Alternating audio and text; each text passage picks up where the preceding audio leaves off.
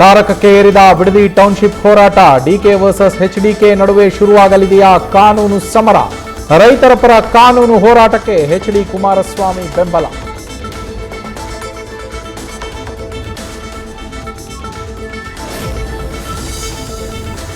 ರೈತರ ವಿರೋಧದ ನಡುವೆಯೂ ಬಿಡದಿ ಟೌನ್ಶಿಪ್ಗೆ ಅಂತಿಮ ಅಧಿಸೂಚನೆ. ಸರ್ಕಾರದ ನಡೆ ವಿರುದ್ಧ ಹರಿಹಾಯಲಿರುವ ನಿಖಿಲ್ ಕುಮಾರಸ್ವಾಮಿ ಬಳಿಕ 3 ಗ್ರಾಮಗಳಿಗೆ ಭೇಟಿ ಕೊಟ್ಟು ಪರಿಶೀಲನೆ.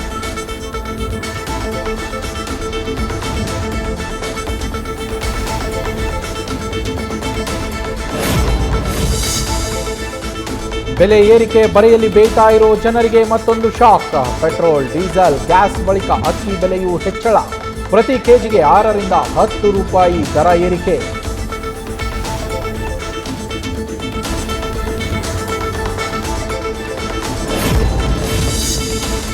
ಇರಾನ್ ಜೊತೆಗಿನ ಅಮೆರಿಕ ಯುದ್ಧ ಇವತ್ತು ಅಂತ್ಯವಾಗುತ್ತಾ?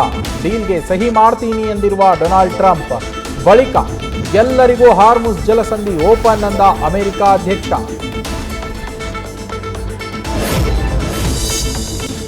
ಜಮೀನು ವಿವಾದಕ್ಕೆ ಮನೆ ಮೇಲೆ ಕಲ್ಲುಗಳಿಂದ ದಾಳಿ. ರಾಯಚೂರಿನ ಅಂಬೇಡ್ಕರ್ ನಗರದ ಸತ್ಯನಾರಾಯಣ ಅನ್ನೋರ ಕುಟುಂಬದ ಮೇಲೆ ದಾಳಿ. ದಾಖಲೆಗಳಿದ್ದ ಫೈಲ್ ಕಳ್ಳತನ ಮಾಡಿದ್ದಾರೆ ಅಂತ ದೂರು. ದಾಳಿಯ ದೃಶ್ಯ ಸಿಸಿಟಿವಿ ಕ್ಯಾಮೆರಾದಲ್ಲಿ ಸೆರೆ.